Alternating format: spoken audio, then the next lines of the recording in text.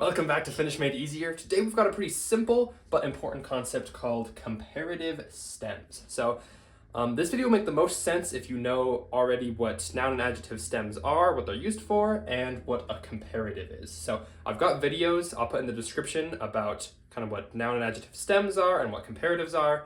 If you already know what those mean, this video will make the most sense. I also want to note I'm going to be kind of applying other Finnish principles into this concept.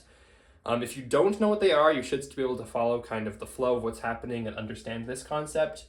But I will be talking about things like locatives, partitive, predicatives, and things like that. So if I talk about a concept and you're like, I'm not really sure what that is, then I probably got a video on it. Everything I'm talking about today that isn't new has been discussed in some other videos. You can always look back at that, but you should be able to follow most things if you at least know just what a noun and adjective stem are and what a comparative is to begin with. Softening will also be quite useful.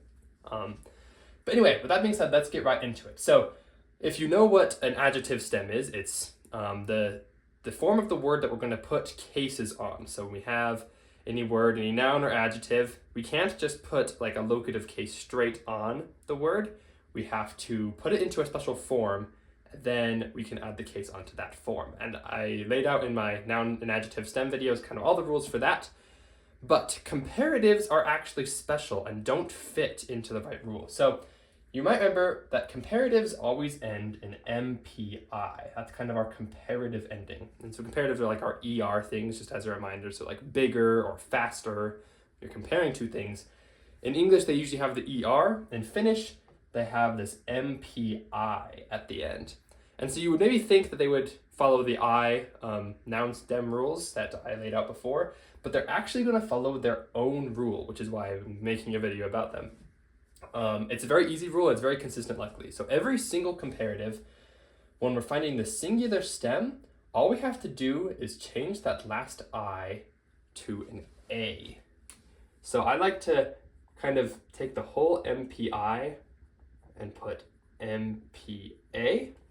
And this just reminds me that the reason I'm going from I to A and not to E or I, like other nouns and adjectives that end in I, is because it's specifically this MPI. So even though I'm only changing that I usually just like to write it as MPI to MPA, because most I's go to either I or stay as E. But specifically these MPI, when it's a comparative, will go to MPA. I also do want to note there are a few words that aren't comparatives that end in MPI. Those ones will just follow the normal noun stem rules. But if it is a comparative, you know it's a comparative, like bigger or colder are these two, then we're going to use this MPA for our stem instead. So as an example, isompi, which is bigger, if I want to put a case on it, I'm going to have to find its stem first. So how do I do that? Just like here, I'm just going to change that I to an A. So I get isompa. And now I can add anything to the stem. So I could put this in partitive by just adding another A. I could put a locative case on it. But we're just going to get isompa. Same thing for kylmempi. If I want to put a case on it, I'm going to have to put it in its stem first. We're just going to change that I to an A. So we get kylmempä. That's a high A because of vowel harmony, which I've got a video on. If you don't really know what that is, I'll put a little dash here as well. But yeah, so it's as easy as that. Whenever you want to add a stem and you have a comparative, just remember you don't follow the normal rules for when it ends in I. You're going to just change it to an A. So isompa, kylmempä, and then you could add any case on it. If you've seen my video on softening or kopete, or at least familiar with it, it will be important to note with comparatives that MP does soften to MM. So whenever we're adding something that's a consonant vowel, or just a consonant, just like normal, we're going to soften. And I figured I'd bring up this rule because it's going to apply to every single comparative. An MP softens to an MM. So remember that whenever we're adding, like for instance, a lot of the locatives will soften them. So we're going to put MP to MM. So that was our singular stem. Whenever we're trying to use a comparative in a singular sense, we're going to use the PA. But what about when we want our plural stem? There's two ways that you can think about this. Since most of the time we went from singular stem to plural stem, you can think about going from this to our plural stem, or you can just go from the original word to the plural stem, whichever was easier for you. But the plural stem is very simple because it looks the exact same as the original word. So it's just going to be MPI. So if it's easier to think that the plural stem is just the same as the word, or if you're used to getting the word, finding the singular stem and using that to find the plural stem, you can just think that this A changes to an I, which is pretty regular behavior for A's when going to plural stems. So either way you want to think about it, if it just stays the same in general, or it goes from A to I, either way, just you want to end up with MPI for a plural stem. So again, with like isompi and kulmempi, let's say I wanted to use these as a plural, I'm talking about like bigger cats or something. So I'm going to make them match. I'm going to make them both plural. Our plural stem is going to be, for this one, isompi. Again, it's going to just always end in that I. So if you want to think that it's just the same as the original, or that the A goes to an I, either one works, but we're going to end with isompi. And this one, as you can probably imagine, is kulmempi. And the MP will still soften to MM whenever we're adding those cases. It works the exact same.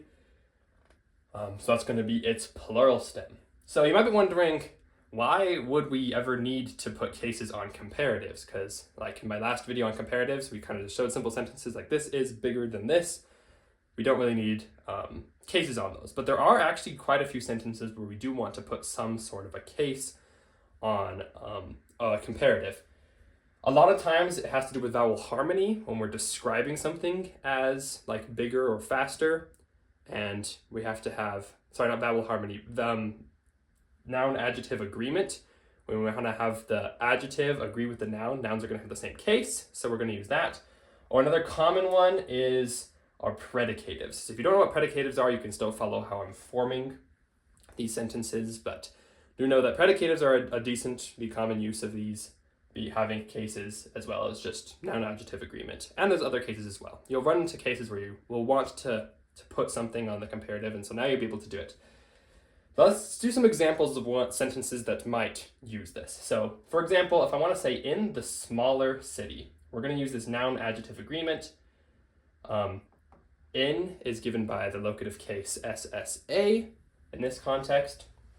And again, I've got videos on like noun adjective agreement and locative cases. So if I'm ever talking about anything in this video that you're not 100% sure of, go check out my video on that. But in the smaller city, so we have this comparative smaller here. I've got the Finnish words we need underneath it, pienempi, kaupunki, but we want to put SSA on them because we have in. So this just means the smaller city, but I want to say in the smaller city. So if I want to put SSA on pienempi, the first stem, just like always, is to find the stem. And so the stem of pienempi is pienempää. Pienempää, just change the I to an A.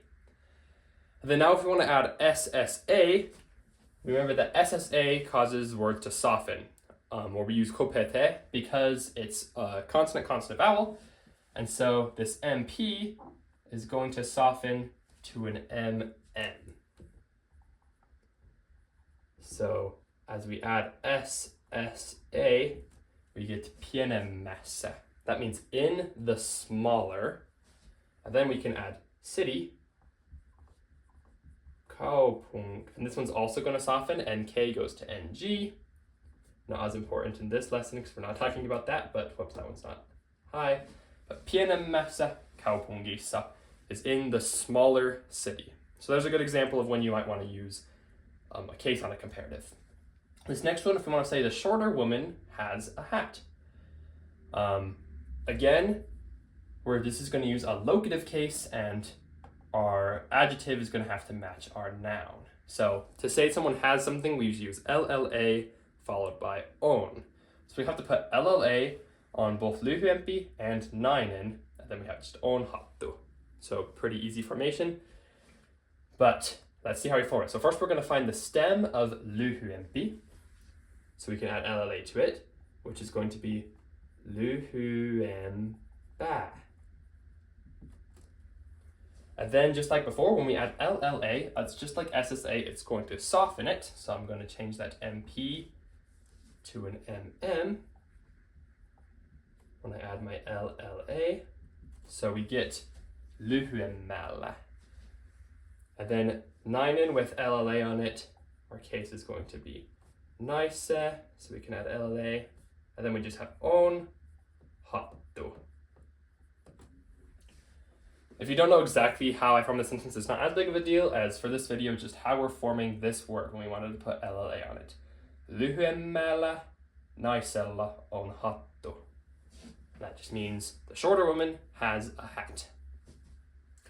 This one's going to be an example of using plural stems. So it's going to be a very similar concept as these first two examples, but it's going to be plural, so you can kind of see how that works. So if I want to say, I like bigger dogs, like forces the next words to be in like the STA case. So we're going to want to put STA on both isompi and koira, but we're going to want to put it on their plural stems, because I'm not saying I like a bigger dog, but I like bigger dogs, plural. So we're going to use both these plural stems and then add STA. So I like stays the exact same. I gave you the conjugated version. Tykkään. And then we want to find the plural stem of isompi. So the singular stem is MPA, the plural stem stays just at MPI. So our plural stem is just going to be the exact same, isompi. Then if we want to add STA, we're going to soften. It's also a consonant-consonant vowel. So we get isommi is our softened version of the stem. We can add STA on there. Isommista, and then the plural stem of koira is koiri, and we can add STA right onto there. So tykkään isommista koirista is I like bigger dogs. So hopefully that's kind of a good example of how with locative cases and noun-adjective agreement, these could be actually pretty common. There's also lots of other cases we could use with noun-adjective agreement. I just wanted to use these pretty simple examples, and you can apply this into a lot of other sentences. And then this other one is predicatives. So again, if you don't know exactly why these are going to be imperative, that's fine. I've got a video on it if you are curious, but again, the most important thing in this video is how are we forming the word specifically. So like if I want to say the water is colder, we're actually going to want to put colder in partitive. And that's because this is like an uncountable thing that is something. When we do that, this thing called the predicative here is going to be in partitive. And if you, again, it's not that important for you to know in this video why that is, but I've got a video on why that is if you are curious. But just know we want vesi on, and then if I want to put this in partitive, singular partitive, I'm going to just find the stem first, like normal. Kylmempää. And then once we have the stem, these stems work this the exact same as every single other kind of like stem. So when we're trying to do things with like partitive or with plural partitive that use the stem, they're going to work the exact same. So I guess like plural partitive, this plural stem and singular stem are going to work right into the same rules. For singular partitive, we're going to work with the stem and add an A. So a lot of partitive words, we're not even going to look at the stem, we're just going to look at the original word. I find it easiest with partitive with these stems to just treat this like this is the word with partitive, because you just add another A, which is what you would do if kylmempää just was the word. So vesi on kylmempää is going to have how you say the water is colder. And again, kylmempää is the partitive form of kylmempi. So whenever you want it to be partitive, I'm just going to reiterate this, you just kind of put it in its stem form, and then the partitive rules kind of apply, where if it ends in A, you're just going to add another A.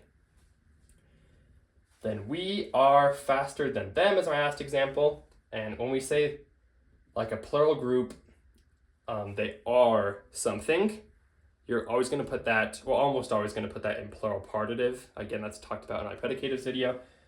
But, so if we say we are faster, we're going to want this faster to be in plural partitive. So how do we form that one?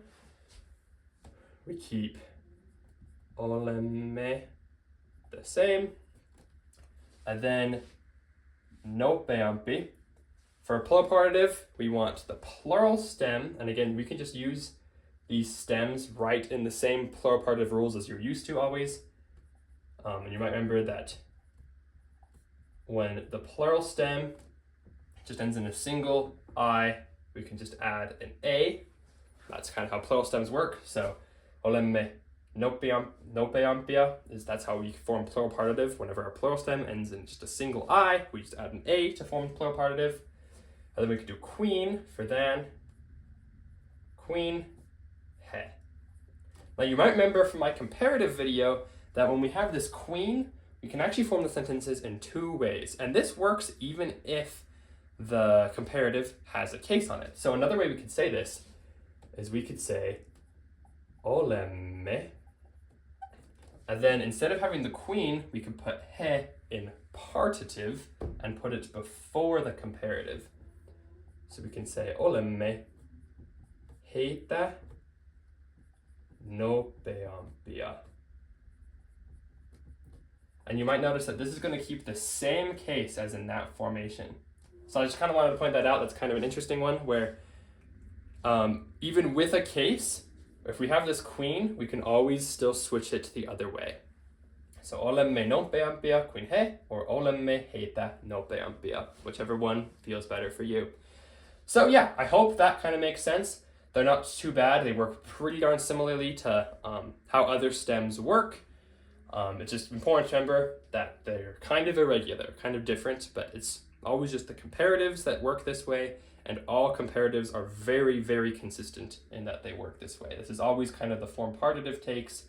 That's always the stem. That's always the plural stem, things like that. So if you still have any questions and things are still a little bit unclear, put a question in the comments and I'll be sure to go and answer it. I've also got a document with even more examples in the description, which should be really helpful.